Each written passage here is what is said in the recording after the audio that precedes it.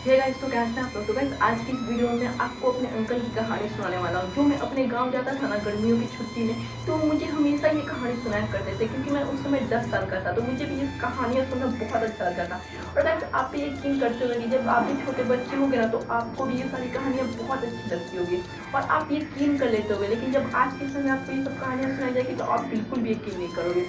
तो मेरे अंकल कहते थे कि मेरे जो अंकल का गांव था उसमें एक जंगल का रास्ता पड़ता था जब वो शहर से लौटते थे। तो वो एक किसान थे और मेरे अंकल फैमिली से बिलोंग करते थे। तो वो अपने जो किसान करते थे, जो फसल उनकी होती तो वो जाकर शहर में बेचने जाते थे। तो क्या होता था कि जब वो शहर से वो बेच कर आते थे ना, तो बहुत ज़्यादा रात हो जाती थी।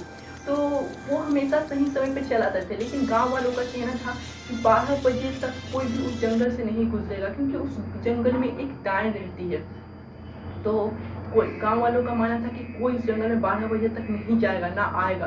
तो मेरे जो अंकल थे वो कहते थे ना कि जब मैं एक बार फसल बेच कर लौट रहा था ना, तो पता है मुझे बहुत ज़्यादा देर हो गई और उस समय लगता है 1 बज रहे होंगे। तो मेरे अंकल आ रहे थे, तभी उन्हें रास्ते में कुछ आवाज़ सुनाने देने लगी और मेरे अंकल थोड़े डरने लगे।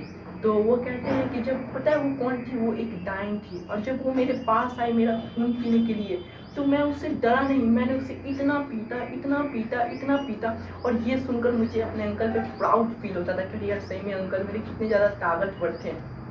तो ये कहानी मुझे अंकल सुनाया करते थे और मैं उनकी बातों पे भी यकीन भी कर लेता कि हाँ यार, मेरे अंकल कितना ज़्यादा स्ट्रॉन्ग थे, एक डाइन को पीट डाला। और मुझे हमेशा डर लगता था कि भूत प्रेतों से।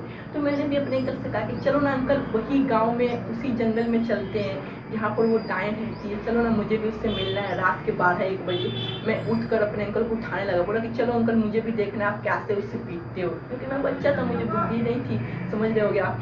तो कहा ना, तो वो कहते क्या, अब वो नहीं रहता, अब तो वो चला गया है। मैंने उसे इतना पीटा कि अब वो नहीं रहता यहाँ पर, वो अपने घर चला गया। तो मैं भी यकीन कर लेता।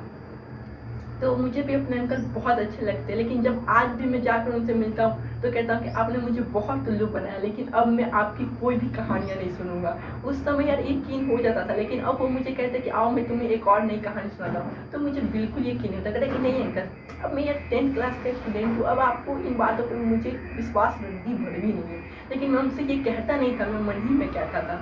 समझ रहे हो भाव, अगर मैं उनसे डायरेक्टली ये कह दूँगा तो मुझे बहुत ज़्यादा बुरा लगेगा। तो इसलिए मैं ज़्यादा उन्हें इग्नोर करता हूँ कहानियों के मामले में। तो आप लोगों ने भी ज़रूर अपने अंकल से, दादा से, दादी से, नाना से, नानी से ज़रूर कहानियाँ सुनी होगी। तो बताना कि आप पहले यकीन करते थे कि नहीं, लेकिन अब वही अगर आप कोई कहानी सुनेंगे तो आप बिल्कुल भी यकीन नहीं करोगे। आपका क्या मानना है, बताना कमेंट करके। Thank you.